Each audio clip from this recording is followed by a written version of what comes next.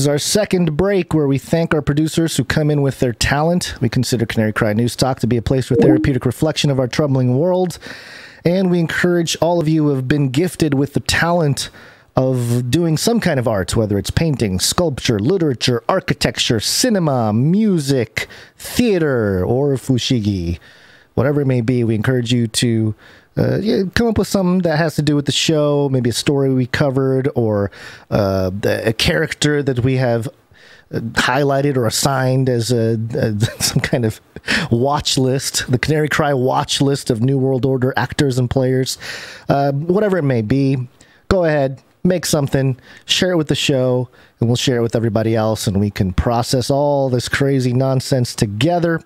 And to do that, we go through and, we have a couple different segments here to divide things up. Maybe we won't have a sculpture segment or like a cinema segment quite yet, but we'll get there eventually, maybe. In the meantime, we're going to start off with audio production. Here we go. Oh, why isn't it playing? Okay, let's try that again. Hold on one second. Oh, here we go. That's why. Audio production. Audio production.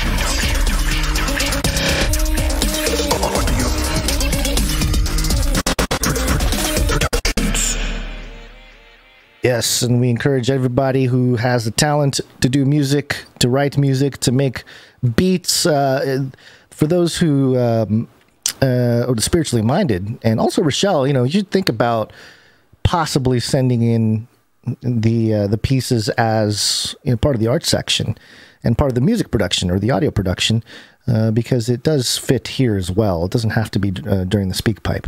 And I suppose that's up to us to decide too. Maybe one day we'll just decide that, hey, this speak pipe is better suited for audio production. But in any case, today we do not have anybody who came in with audio production, I believe. Let me make sure. Yeah, I don't think we got any music production coming in for this episode, which is okay. That's fine. I know it takes a little bit of time to put together tracks and doing all that. So appreciate all the audio producers out there. But yeah, no audio production today, which is okay because we're going to go right to the art. One art, please.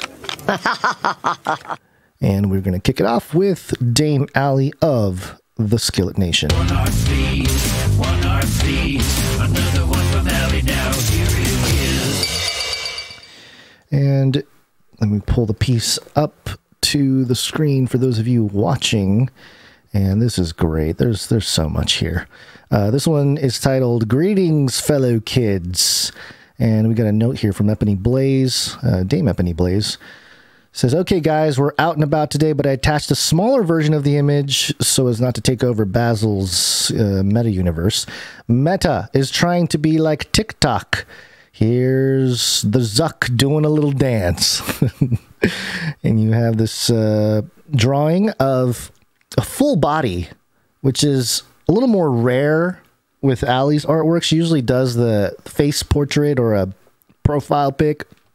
But this one, you got the full body Zuckerberg, amazing work on the shirt and the pants, the jeans there. You got all the creases are visible. He's kind of holding up his left hand in an open palm. His right hand's kind of more of a fist. He's balancing on his left leg. He's got socks and sandals. Those old sandals, those slipper sandals that with the stripes across the top. I forget what they're called. It's not the one where you have the actual like toe divider. It's the one that just has like all the toes go into the slot thing. I don't remember the names of them. But there you go. There's Zuckerberg dancing. He wants Meta to be like TikTok, which, man, they really got to build the infrastructure for that because, TikTok is the whole deal is that the videos are quick and, the 30 seconds or whatever. I don't know how that's going to work in the metaverse. I don't understand what that means, but okay, we believe you, Zuckerberg. And if you zoom in a little bit, he's got some very faint fangs. Notice that, Allie? I see it. Got the lizard eyes, and also has on his right hand, where you see the fist, his pinky finger and middle finger, I believe that is. The fingernails are darkened. I don't know if that's a reference to something that he did recently or came out walking around looking like that or what. Maybe, let me open the article here from Fast Company. Maybe there's a photo in here that this was modeled off of, and perhaps there's a photo in there of Mark Zuckerberg dancing and nail polish or something. All right, here's the article for those of you watching, which was titled, Facebook's TikTok pivot is unlikely to win back young users. No, you're going to have a bunch of old people. By the way, you know, you talk about, there's no picture, by the way, of Zuckerberg. So this was all conjured in the mind of Ali. Great job, Ali. What I was going to say was that when TikTok, when TikTok first hit the scene, it was a bunch of old people using it. I don't know if you remember that, but for a while it was like old ladies like saying, talking about recipes, or like there was a couple really sad ones where they were like, oh, I'm lonely. And I just remember seeing a bunch of old people on TikTok first, and then it became more of a phenomenon with the younger generation. So, hey, you know, you never know with this kind of stuff. So anyway, there you go. Thank you very much, Dame Ali and Dame Epiphany Blaze. Appreciate it. Great work as always. We're going to continue on here and share a piece from Sir Dove. One art piece from Dove. And let me pull that one up as well. Whoa, what happened to Dove's art? Oh, here it is. Aha, yes. This is titled Buffett Burgers. Jimmy Buffett. Reference there. We have a note from Sir Dove. He says, piece for today's artwork. I made an advertisement for Basil's favorite musician's new burger brand. Hope you guys like it. Keep doing what you do, and I'll keep praying for yins.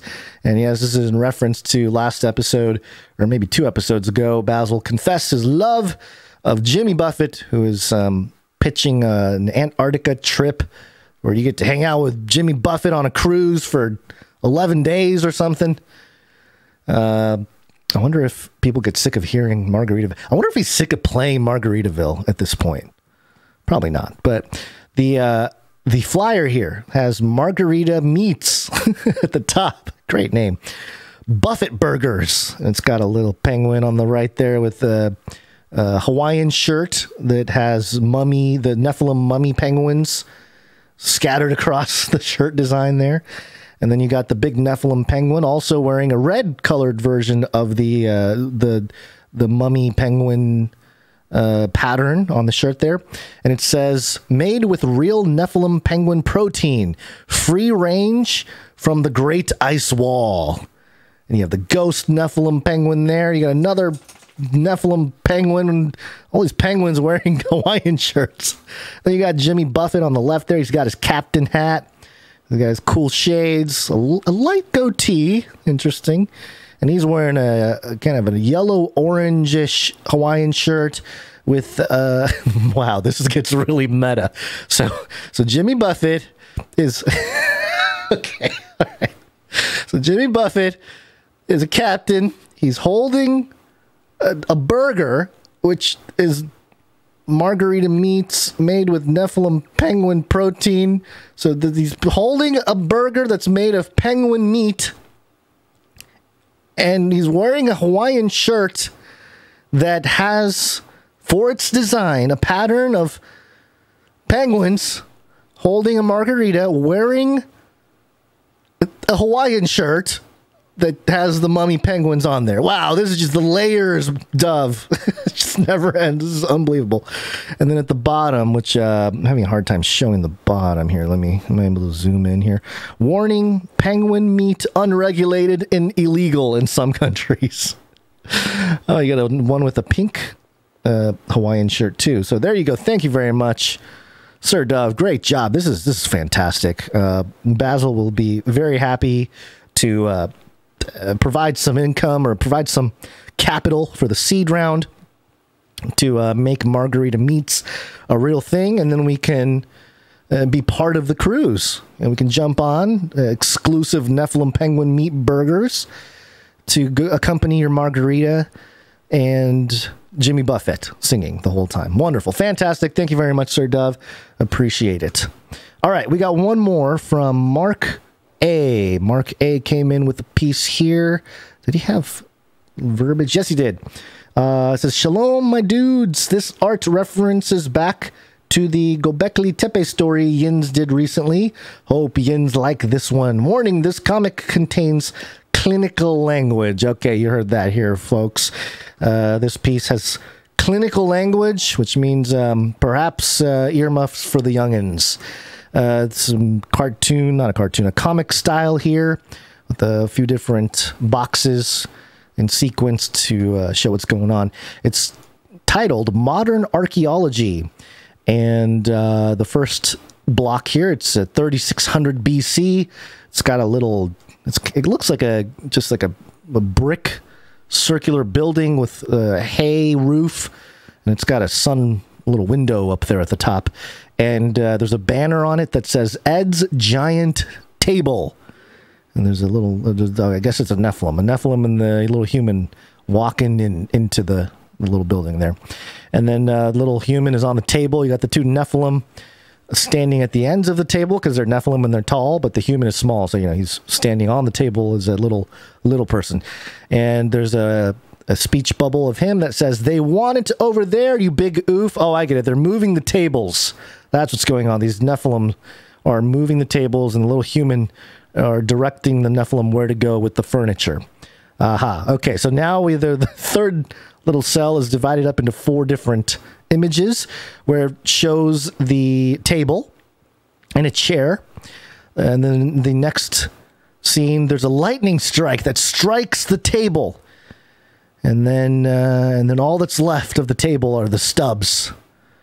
And I don't know why they get shorter, but that's what it is. It's the stubs of the table. That's all that's left. And then on the last cell here, it says, what do you guys think, professors? I'm sorry. What do you think, professors? One Nephilim says. And then the robot arm. Oh, the robot flippy arm is in there. He says, it looks like the legs of a giant And then the other Nephilim says, the area down there, Those are definitely those things right there. I'm going to censor myself. I don't feel comfortable yelling that word on the show. So, okay, there you go. Thank you very much, Mark A.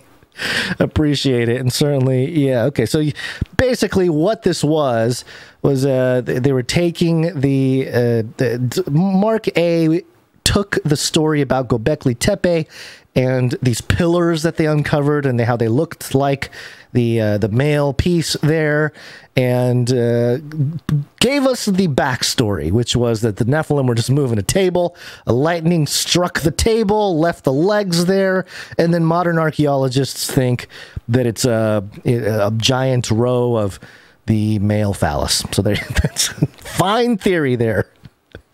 Mark A, appreciate it.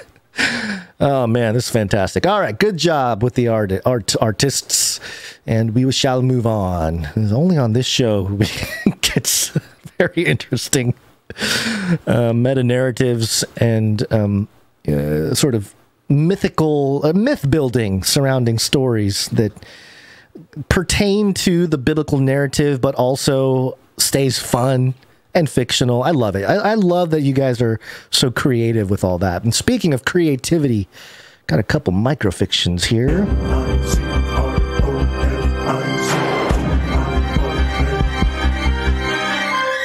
Microfiction. Oop, let's play it again. Oh, let me try that one more time. Microfiction. Aha, and our first one here is from Runk Smash. Let's try. Let's see if this works here. Go ahead and play it.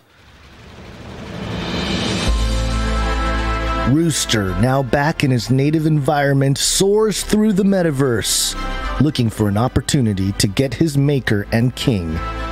Then he sees them, the mouse gremlins of an article about a lady making a deal with a bald man. He charges in boldly.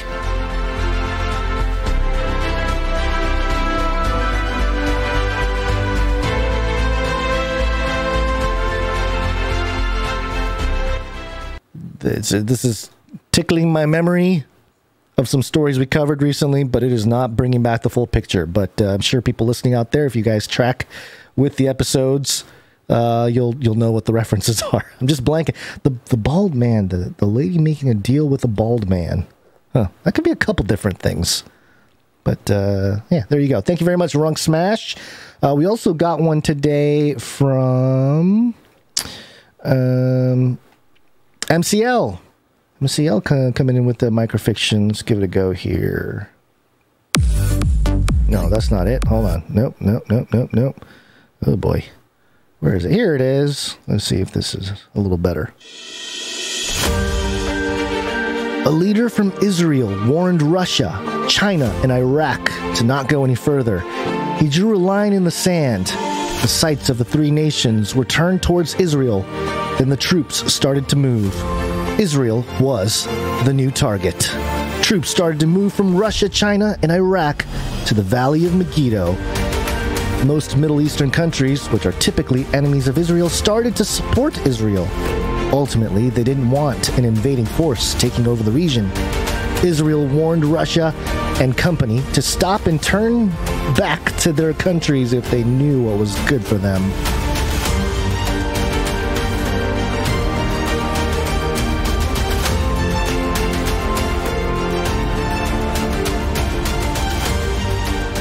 Interesting. So there's some eschatology references there with Israel and Russia and China and Iraq and the Valley of Megiddo and all of the different events that are supposed to take place in the end times. So appreciate it. Thank you very much, MCL. These are fantastic. They're great. We love all of you who come in with your talent. And, you know, we say talent, we know it takes time too, so I know we separate time and talent, but those really are kind of intertwined, because the people that do the official time stuff requires talent to do that, and the people that do the talent stuff here requires a little bit of time to, you know, put together Microfiction, put together art, music, all that stuff. So we appreciate your dedication and your commitment to the show, and we really couldn't do it without you. And so we're hoping you guys join us on episode 500 to celebrate all of it, because, hey, you know, God could have said, hey, you guys are stinky, you guys are horrible, and your community is a no-go, so shut it down. He could have done that, but he didn't. And you know, it'll be a grateful moment for all of us there. So episode 500 coming up next week.